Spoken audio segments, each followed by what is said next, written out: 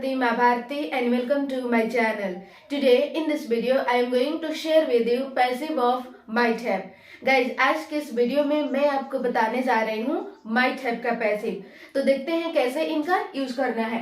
दोस्तों आज आप सीखने वाले हो MyTab प्लस वर्ब का थर्ड फॉर्म का पैसिव। गाइज पैसिव समझने के लिए सबसे पहले आपको एक्टिव समझना होगा ताकि आप अच्छे तरीके से पैसिव समझ सके।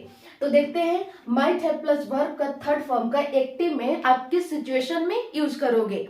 जैसे मान लो दोस्तों सिचुएशन ए है इसका कि आप प्रेजेंट टाइम में खड़ा हो और आप प्रेजेंट टाइम में खड़ा होकर कंप्लीटेड एक्शन के लिए अंदाजा लगा रहे हो, गेस कर रहे हो, आप अनुमान लगा रहे हो। जैसे मान लो आपने बोला कि शायद मेरी बहन ने खाना बना लिया होगा, शायद मेरी बहन ने खाना बना लिया होगा। तो आप गाइज यहाँ पे श्योर नहीं हो, आपका ऐसा अंदाजा है, आप ऐसा अनुमान लगा रहे हो, आपका ऐसा गेस है। यहाँ पे गाइज पॉसिबिलिटी दिखाया जा रहा है, यहाँ पे 20 to 30% चांसेस है। तो इस सिचुएशन में दोस्तों आपको यूज कर देना है MyTab प्लस वर्ब का थर्ड फॉर्म का एक्टिव में यूज। जैसे एक्टिव का यहाँ सेंटेंस है, शायद मेरी डॉटर ने उसे डांटा होगा, शायद मेरी डॉटर ने उसे डांटा होगा। यहाँ पे पैसिव का सेंटेंस है, शायद मेरी डॉटर को डांटा गया होगा। तो इन दोनों सेंटेंस में अंतर क्या है, इन दोनों सेंटेंस में डिफरेंस क्या है। एक्टिव में है शायद मेरी डॉटर ने उसे डांटा होगा। तो इस सेंटेंस में गाइज आपका सब्जेक्ट है क्या, सब्जेक्ट है मेरी डॉटर, यानी सब्जेक्ट किसी काम को खुद एक्शन परफॉर्म किया होगा। और पैसिव में है शायद मेरी डॉटर को डांटा गया होगा। तो इस सेंटेंस में गाइस सब्जेक्ट आपका क्या है, सब्जेक्ट है मेरी डॉटर, लेकिन सब्जेक्ट किसी काम को किया नहीं बल्कि सब्जेक्ट के साथ कुछ हुआ। आप ऐसे समझो कि एक्टिव का मतलब सब्जेक्ट किसी काम को एक्शन परफॉर्म करेगा, सब्जेक्ट किसी काम को खुद अंजाम देगा।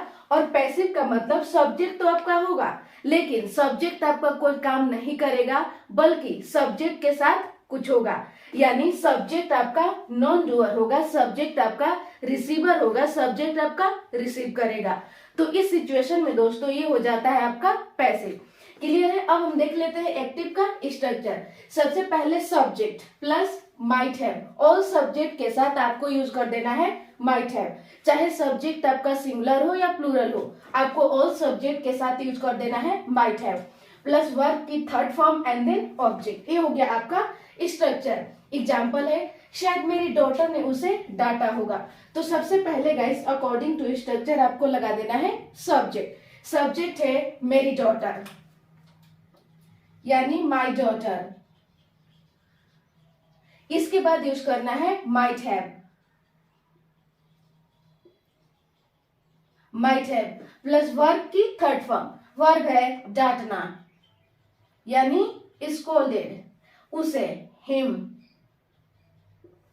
शायद मेरी डॉटर ने उसे डांटा होगा, my daughter might have scolded him. ये हो गया दोस्तों आपका एक्टिव का सेंटेंस। अब हम देखते हैं पैसिव। देख लेते हैं सबसे पहले स्ट्रक्चर। सबसे पहले सब्जेक्ट, लेकिन सब्जेक्ट आपका कैसा होगा, नॉन डूअर होगा। सब्जेक्ट कोई कार्य नहीं करेगा, कोई एक्शन परफॉर्म नहीं करेगा बल्कि सब्जेक्ट के साथ कुछ होगा, सब्जेक्ट आपका नॉन डूअर होगा।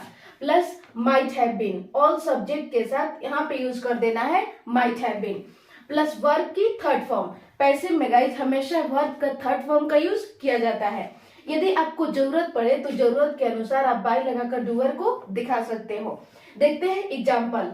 शायद मेरी डॉटर को डांटा गया होगा, शायद मेरी डॉटर को डांटा गया होगा, आपका ऐसा अंदाजा है।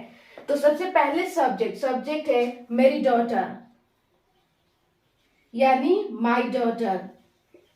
इसके बाद यूज करना है might have been, might have been plus verb की थर्ड फॉर्म, वर्ब है डांटना और डांटना के इंग्लिश स्कोल्ड। तो थर्ड फॉर्म आपका हो जाएगा scolded.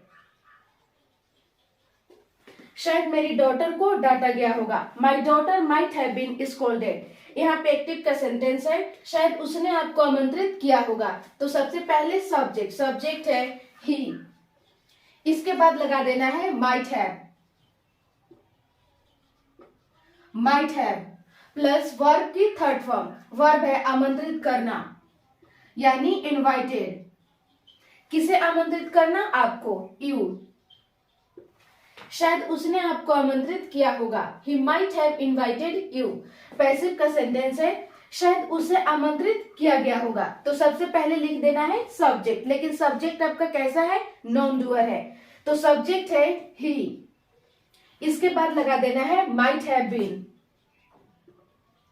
might have been plus verb की थर्ड फॉर्म, वर्ब है आमंत्रित करना, यानी invited.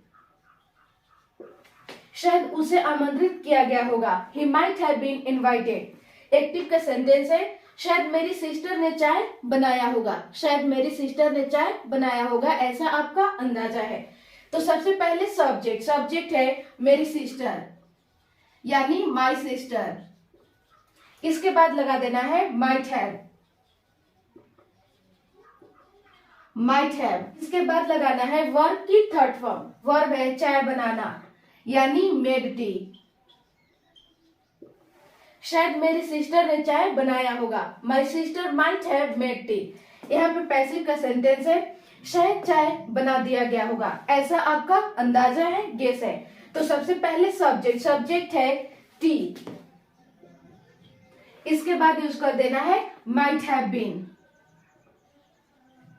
might have been plus verb की थर्ड फॉर्म, वर्ब है बनाना,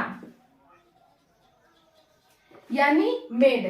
शायद चाय बना दिया गया होगा। T might have been made।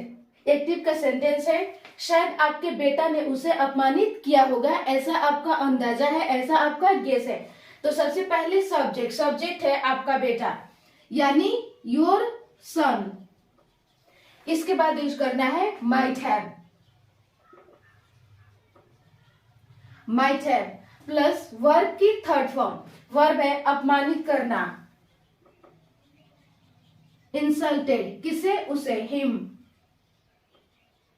शायद आपके बेटा ने उसे अपमानित किया होगा। Your son might have insulted him. Passive का सेंटेंस है, शायद आपके बेटा को अपमानित किया गया होगा, ऐसा आपका अंदाजा है, ऐसा आपका गेस है, आप यहाँ पे श्योर नहीं हो। तो सबसे पहले सब्जेक्ट, सब्जेक्ट है आपका बेटा, यानी योर सन। इसके बाद लगा देना है might have been। might have been plus verb की थर्ड फॉर्म, वर्ब है अपमानित करना, यानी इंसल्टेड। शायद आपके बेटा को अपमानित किया गया होगा। Your son might have been insulted. ये हो गया गाइज आपका पैसिव का सेंटेंस। तो बस गाइज आज के लिए इतना ही, मिलती हूँ नेक्स्ट वीडियो में। और ये वीडियो आपको कैसा लगा आप कमेंट सेक्शन में अपना फीडबैक जरूर दें। Thank you.